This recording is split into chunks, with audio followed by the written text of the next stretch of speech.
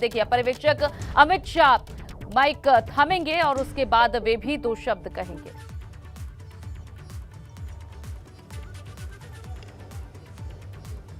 आज के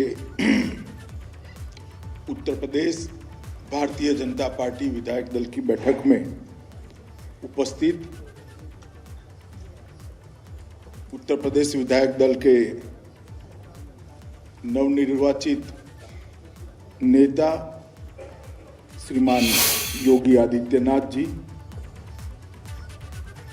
जिनके नेतृत्व में चुनाव लड़ा गया, संगठनात्मक नेतृत्व में, ऐसे हमारे भाई स्वतंत्र देव जी। इस चुनाव में भारतीय जनता पार्टी के राष्ट्रीय अध्यक्ष जी ने जिनको चुनाव जिताने की जिम्मेदारी दी थी, ऐसे देश की शिक्षा मंत्री भाई धर्मेंद्र प्रधान जी, मेरे साथ सहपर्यवेक्षक श्रीमान रघुवर दास जी, उत्तर प्रदेश के संगठन के प्रभारी राधा मोहन सिंह जी, उत्तर प्रदेश के दोनों पूर्व उप मुख्यमंत्री केशव प्रसाद जी, दिनेश मौर्य जी, दिनेश शर्मा जी, हमारे संगठन मंत्री सुनील बंसल जी, भाई सुरेश खन्ना जी,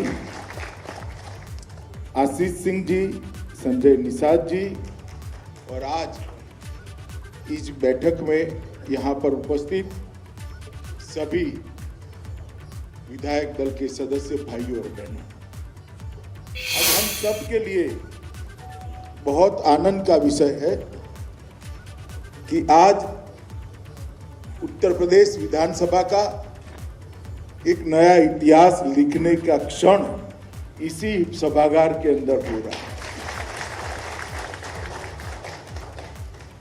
35 सालों से कभी भी एक पार्टी को दूसरी बार पूर्ण बहुमत नहीं मिला है। भारतीय जनता पार्टी अकेली एक ऐसी पार्टी है जिसने दोनों बार 2/3 से ज्यादा बहुमत के साथ जनता का समर्थन हासिल किया। उत्तर प्रदेश की स्थापना से लेकर अब तक कोई भी मुख्यमंत्री अपने शासन के आधार पर फिर से एक बार जनादेश लेकर मुख्यमंत्री नहीं बन पाए। कारण क्या होगा, इसकी मीमांसा में जाने का दिन नहीं है, परंतु हम सब के लिए आनंद का विषय है कि भारतीय जनता पार्टी के नेता श्री योगी आदित्यनाथ जी को उत्तर प्रदेश की जनता ने दूसरी बार मुख्यमंत्री के रूप में चुनने का काम किया। ठीक है, आज हम सब मिलकर योगी जी को निर्विरोध विधायक दल के नेता के रूप में आप सबने चुना है, परंतु चुनाव की शुरुआत से, जब से सदस्यता अभियान चालू हुआ तब से मैं ही आया था। पार्टी ने घोषणा की थी कि योगी जी के नेतृत्व में हम चुनाव लड़ेंगे, और उसके बाद जनता ने फिर से एक बार 2/3 से ज्यादा बहुमत से हमें जिताया है और योगी जी को फिर से एक बार मुख्यमंत्री बनाया। मित्रों, उत्तर प्रदेश एक प्रकार से कई सालों से अस्थिरता का केंद्र रहा, राजनीतिक अस्थिरता का केंद्र रहा। आजादी के शुरुआती समय के बाद यहां पर धीरे धीरे मूल्यों का भी क्षरण हुआ और राजनीतिक विचारधाराओं का भी क्षरण होता गया, और परिणाम स्वरूप जातिवादी और परिवारवादी पार्टियां उत्तर प्रदेश में पनपती गई, पलती गई, बढ़ती गई, और उसी के कारण एक राजनीतिक अस्थिरता का माहौल बहुत लंबे समय से 2014 तक चला। 2014 के आम चुनाव में जब भारतीय जनता पार्टी ने तय किया कि भारतीय जनता पार्टी की ओर से प्रधानमंत्री पद के प्रत्याशी गुजरात के उस वक्त के मुख्यमंत्री श्री नरेंद्र मोदी होंगे और उस घोषणा के साथ ही समग्र देश के अंदर एक चेतना जागृत हुई थी। समग्र देश के अंदर एक खुशी और आशा की लहर दौड़ी। मैं उस वक्त उत्तर प्रदेश का प्रभारी था। मुझे ठीक याद है, ये घोषणा के साथ ही उत्तर प्रदेश के कार्यकर्ताओं के अंदर भी एक खुशी की लहर। मैं जब प्रभारी बना तब एक घोषणा नहीं हुई। घोषणा के बाद आम कार्यकर्ता भी बोलने लगा था कि इस बार 65 के पार सीटें जीतेंगी। और जिस प्रकार से मोदी जी के नेतृत्व में चुनाव अभियान चला, 2014 में भारतीय जनता पार्टी को उत्तर प्रदेश की जनता ने भोले शंकर की तरह कृपा कर 73 सीटों के साथ जिताने का काम। और पहली बार भारतीय जनता पार्टी के कार्यकर्ता के मन में एक विश्वास जगा कि अगर 14 के चुनाव में 73 सीटें जीत सकते हैं तो 17 में 300 पार भी कर सकते हैं।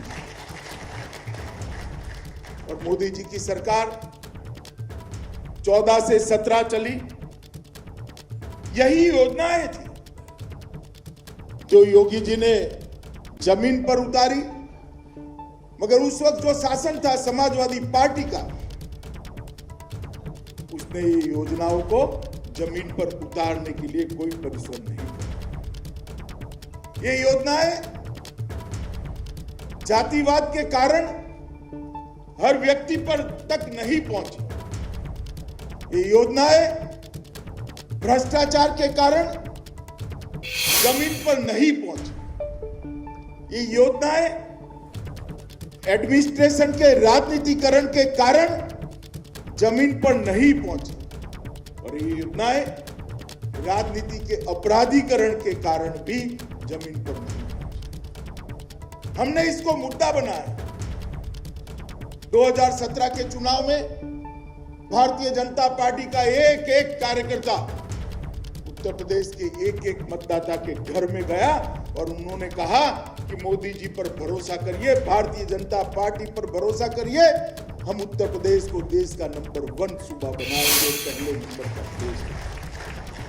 और मित्रों, परिणाम आया कि 2017 में भारतीय जनता पार्टी को 300 पार का मैंडेट उत्तर प्रदेश की जनता ने लिया।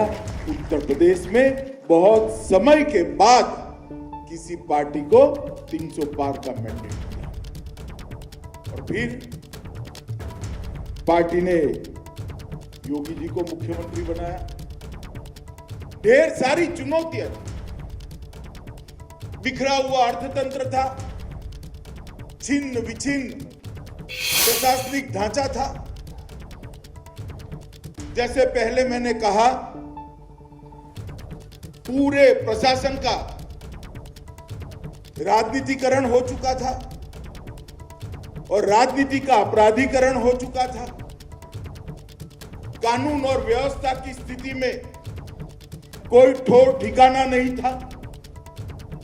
औद्योगिक निवेश के लिए जो सम्मेलन मुख्यमंत्री करते थे वो दिल्ली में करने पड़ते थे, क्योंकि उद्योगपति लखनऊ सम्मेलन में आने के लिए भी तैयार नहीं। इस प्रकार की राजनीतिक स्थिति थी। गरीबों को लोकतंत्र के अंदर श्रद्धा ही नहीं बची थी। उनको जातिवाद ने एक प्रकार से, जातिवाद के नासूर ने इनकी आशाओं को खत्म, परिवारवाद के नासूर ने इनकी लोकतंत्र के प्रति श्रद्धा को शत विशत कर दिया। और उस समय भारतीय जनता पार्टी ने शासन की बागडोर संभाली। और मैं आज ये बात आप सबके कहने आया हूं कि 2017 से लेकर 2022 तक जो यात्रा चली, बीच में 19 में भी हमने 65 सीटों के साथ प्रचंड बहुमत के साथ एक बार विजय प्राप्त की और अंत में 22 में फिर से एक बार 2/3 बहुमत से जीते। भारत की राजनीति का, भारत के लोकतांत्रिक चुनाव का जब भी इतिहास लिखा जाएगा तब पंडितों ने इस बात की मीमांसा, इस बात की समीक्षा जरूर करनी पड़ेगी कि क्या हुआ 2017 से 2022 के बीच में, क्या हुआ कि इतना प्रचंड जनादेश फिर से एक बार मिला। मित्रों, सबसे बड़ा काम योगी सरकार ने किया तो मैंने जो कहा, प्रशासन के राजनीतिकरण को उन्होंने समाप्त कर दिया। प्रशासन संविधान के आधार पर, प्रशासन कैबिनेट के निर्णयों के आधार पर चलने लगा। कोई जाति विशेष के लिए प्रशासन काम नहीं करता और राजनीति का अपराधीकरण बंद हो गया। माफिया, गुंडे पुलिस प्रशासन के मालिक बनकर बैठे थे, उसको शीर्षासन कराने का काम योगी सरकार ने किया और पूरे उत्तर प्रदेश को माफियाओं से मुक्त करने का काम। गरीब आदमी के मन में भी एक आशा जगी कि मैं जाकर थानेदार को मेरी रपट लिखाऊंगा तो वो एफआईआर में बदल जाएगी। एक छोटी सी बच्ची को भी ये विश्वास जगा कि किसी की हिम्मत नहीं है मेरे साथ छेड़खानी करने की, अगर मैंने फरियाद कर दी तो वो जेल की सलाखों के पीछे। और वो विश्वास जागने के साथ ही उत्तर प्रदेश के अंदर एक बदलाव की राजनीति शुरू। मोदी जी ने जो सूत्र दिया था, सबका साथ सबका विकास, वो सूत्र पर भारतीय जनता पार्टी की योगी सरकार चली और योगी आदित्यनाथ ने उस सूत्र को जमीन पर उतारने का काम किया। ढेर सारी योजनाएं, हमने किसी की जाति नहीं पूछी, हमने किसी का धर्म नहीं पूछा। जिसको घर मिलना था उसको घर मिला, जिसको गैस मिलना था उसको गैस मिला, जिसके घर में बिजली पहुंचनी थी वो 1,42,00,000 लोगों के घर में बिजली भी पहुंच गई। जिनको आयुष्मान भारत योजना का कार्ड मिलना था उसको आयुष्मान भारत योजना का कार्ड जाति और धर्म पूछे बगैर मिला। शौचालय घर में बन गया और मुफ्त में अनाज देने की योजना भी उसके घर तक पहुंचाने का काम भारतीय जनता पार्टी की सरकार। और ये जो बदलाव आया वो उत्तर प्रदेश में ऐतिहासिक बदलाव की शुरुआत करने वाला है। आज मैं सारे विधायक यहां बैठे हैं, मैं आप सभी को कहना चाहता हूं, मित्रों, हम सब सोचते हैं, कई बार मैं भी चुना हुआ प्रतिनिधि रहा, 5 बार विधायक चुनकर आएंगे, 1 बार राज्यसभा सांसद, 1 बार लोकसभा सांसद। हम सबको लगता है कि हमारी लोकप्रियता से हम जीत कर आए। मैं सभी को कहता हूं कि पार्टी सबसे ऊपर होती है और पार्टी की नीतियां ही पार्टी के लिए लोकप्रियता का सृजन करती है। सरकार के कार्यक्रम ही नेतृत्व को लोकप्रिय बनाते हैं और हमारा दायित्व है कि नींव डालने का जो काम किया है, इस पर एक भव्य इमारत भारतीय जनता पार्टी की बनाने के लिए हम आगे बढ़ेंगे। उत्तर प्रदेश के विकास की जो नींव डालने का काम 5 साल में हुआ है, आगे के 5 साल उत्तर प्रदेश के खोए हुए गौरव को वापस दिलाने का है और उत्तर प्रदेश को देश में नंबर 1 राज्य बनाने के काम। यहीं से शुरू होती है बदलाव की यात्रा, यहीं से शुरू होती है विकास की यात्रा, यहीं से होती है सुरक्षा के दृढ़ीकरण के नई यात्रा और यहीं से होती है नींव पर समृद्धि की बुलंद इमारत बनाने की यात्रा। यहीं से शुरू होती है गरीब और युवाओं के और छोटी बच्चियों के आशाओं, आकांक्षाओं और सपनों की यात्रा और उसको पूरा करने का काम मेरे सामने बैठे हुए सभी लोगों ने, सभी विधायकों ने करना है, योगी जी के नेतृत्व में करना है। और हम सब आज विजय के आनंद के साथ साथ ये संकल्प भी लेकर जाएं कि जो कानून और व्यवस्था को दृढ़ता प्रदान करने का काम 5 साल तक हुआ है, उसमें हम विक्षेप न बनाएं, इसको और सुदृढ़ बनाएं। इंफ्रास्ट्रक्चर, उत्तर प्रदेश के गांव-गांव तक प्रधानमंत्री ग्राम सड़क योजना पहुंचाई है। पूरे उत्तर प्रदेश के 6 कोने को जोड़ने वाले राजमार्ग बने हैं, एक्सप्रेसवे बने हैं। गरीब कल्याण के हर क्षेत्र में अतुलनीय सिद्धि प्राप्त की है। घर देना हो, बिजली देना हो, शौचालय पहुंचाना हो, गैस देना हो, स्वास्थ्य का कार्ड देना हो, मुफ्त में अनाज पहुंचाना हो, या देश में सबसे ज्यादा कोरोना का टीका लगाना हो, हर योजना को हमने गरीबों तक पहुंचाया। ये यात्रा भी हमारी चालू रहनी चाहिए। यहां पर अच्छे राजनीतिक माहौल और कानून और व्यवस्था की परिस्थिति के कारण इन्वेस्टमेंट आने की शुरुआत, यही इन्वेस्टमेंट से राजस्व आएगा और यही राजस्व से फिर से योजनाएं बनकर गरीब को आगे बढ़ाने का काम करेगी। ये इन्वेस्टमेंट के माहौल को, निवेश के माहौल को और मजबूत बनाने का काम भारतीय जनता पार्टी के एक-एक कार्यकर्ता और एक-एक विधायक ने करना है। मित्रों, मुझे ठीक याद है 2017 में देश की 9वें नंबर की अर्थव्यवस्था था उत्तर प्रदेश।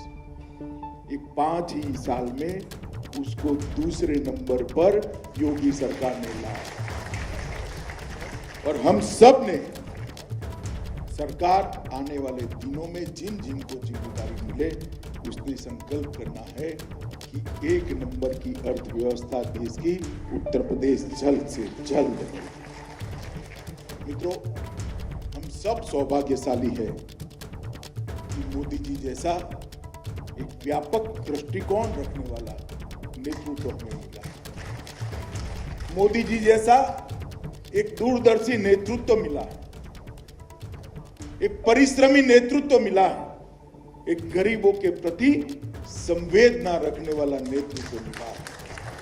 देश की सुरक्षा को सुदृढ़ करने के लिए अहरनिश प्रयास करने वाला एक नेतृत्व मिला है और भारतीय जनता पार्टी को हर बूथ तक पहुंचाने की प्रेरणा देने वाला नेतृत्व भी श्री नरेंद्र मोदी। और यहां पर योगी जी ने मोदी जी के हर कार्यक्रम को जमीन पर सफलतापूर्वक परिश्रम के साथ उतारा।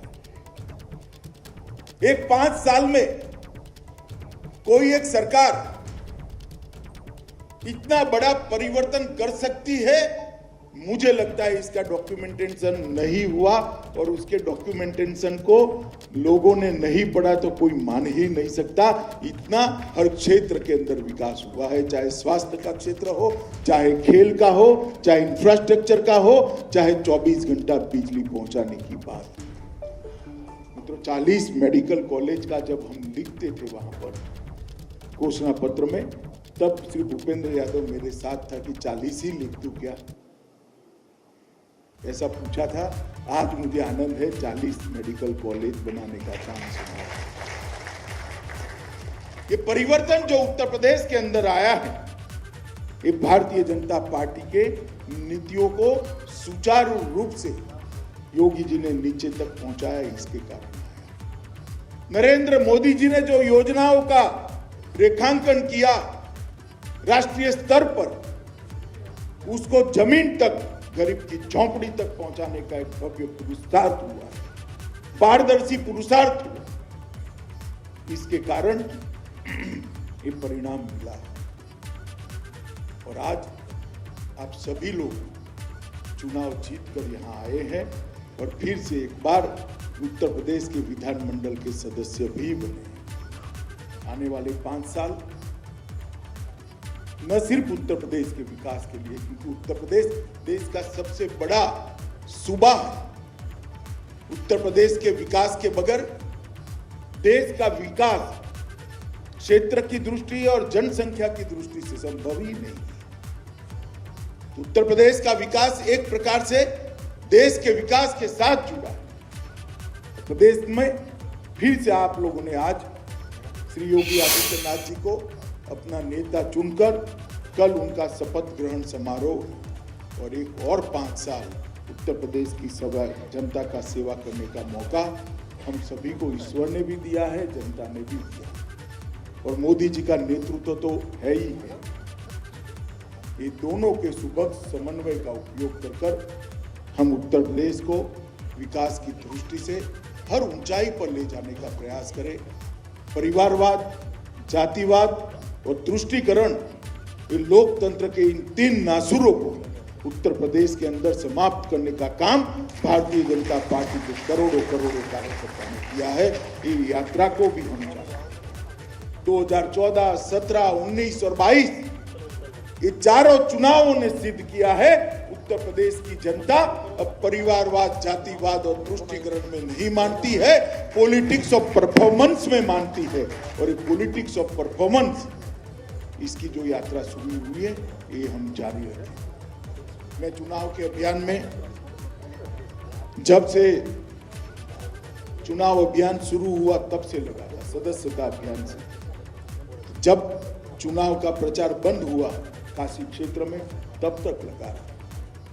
मैंने देखा है उत्तर प्रदेश के अभिनत कार्यकर्ता दिन रात अपने कुर्ते का कलर भी बदल जाए इतनी मिट्टी खाते हुए जन जन का संपर्क करने का काम। चाहे 31 दिसंबर हो, चाहे कोई त्योहार हो, कोई ऑकवर्ड समय पर भी मीटिंगें बुलाई गई मगर किसी ने कोई ना, हंसते हंसते सभी लोग आए, सबने काम किया।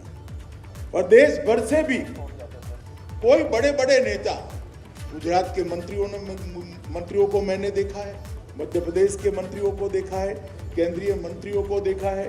धर्मेंद्र प्रधान जी ने कहा वहां जाकर एक बूथ वीक है, वहां जाकर बैठ जाए, तो बूथ का काम करते हुए मैंने राज्य सरकार के मंत्रियों को उत्तर प्रदेश के चुनाव। और मैं मानता हूं ये भारतीय जनता पार्टी की पूंजी है, हमारी कार्य संस्कृति हमारी पूंजी है, उसको आगे बढ़ाना। चुनाव का नेतृत्व संगठन ने जिन लोगों को सौंपा है उनकी कार्य योजना को नीचे पहुंचाना ही हमारा लक्ष्य होना। और विनम्रता के साथ देश भर के कार्यकर्ताओं ने यहां पर परिश्रम किया है। उत्तर प्रदेश के लाखों करोड़ों कार्यकर्ता ने दिन रात एकत्रित कर जनसंपर्क का काम किया है। पहले 2 चरण में तो कोरोना का डर भी था, फिर भी कार्यकर्ता कभी मास्क लगा नहीं लगा, कोरोना होगा नहीं होगा, हुआ तो भी टेस्ट नहीं कराना है, चुनाव बाकी है, ये मोड और ये मिशन के साथ कार्यकर्ता लगा। मैं मानता हूं कि कार्यकर्ताओं का परिश्रम आज रंग लाया है। कार्यकर्ताओं के परिश्रम ने ये परिणाम दिया और ये परिणाम के लिए देश भर के और विशेषकर उत्तर प्रदेश के लक्षावधि कार्यकर्ता प्रणाम के अधिकारी है। मैं उन सभी को बहुत बहुत धन्यवाद। फिर से एक बार पूरे चुनाव अभियान में सबसे ज्यादा परिश्रम करने वाला कोई कार्यकर्ता का नाम देना है तो पूरा देश बेझिझक श्री नरेंद्र मोदी का नाम देगा। इतना परिश्रम मोदी जी ने पूरे चुनाव में किया। प्रधानमंत्री रहते हुए भी कभी भी कि कोई सभा बढ़ा दी, कोई सभा पकड़ समय पे रख दी, कभी ना उन्होंने डिसिप्लिन कार्यकर्ता के नाते, एक डिसिप्लिन नेतृत्व के नाते उन्होंने प्रचार अभियान को गति देने का काम किया है। मित्रों, अंत में भारतीय जनता पार्टी की कार्य संस्कृति को आगे बढ़ाए और उत्तर प्रदेश में एक मजबूत नींव डालने का काम जो योगी आदित्यनाथ जी ने किया है, इन नींव पर एक भव्य इमारत बनाए और उत्तर प्रदेश को देश का नंबर 1 सूबा बनाने के लिए हम सब लोग मनोयोग से जुड़ जाए, यही आप सभी से अपेक्षा है। फिर से एक बार आप सभी को हृदय से बहुत बहुत शुभकामनाएं और बधाई देकर, और योगी आदित्यनाथ जी को भी मैं शुभकामनाएं और बधाई देना चाहता हूं कि अगले 5 साल उत्तर प्रदेश के इतिहास में आपके नेतृत्व में सुवर्ण अक्षरों से अंकित हो, इस प्रकार का उत्तर प्रदेश का विकास हो, यही शुभकामनाएं देकर मेरी बात को समाप्त करता हूं। वंदे मातरम।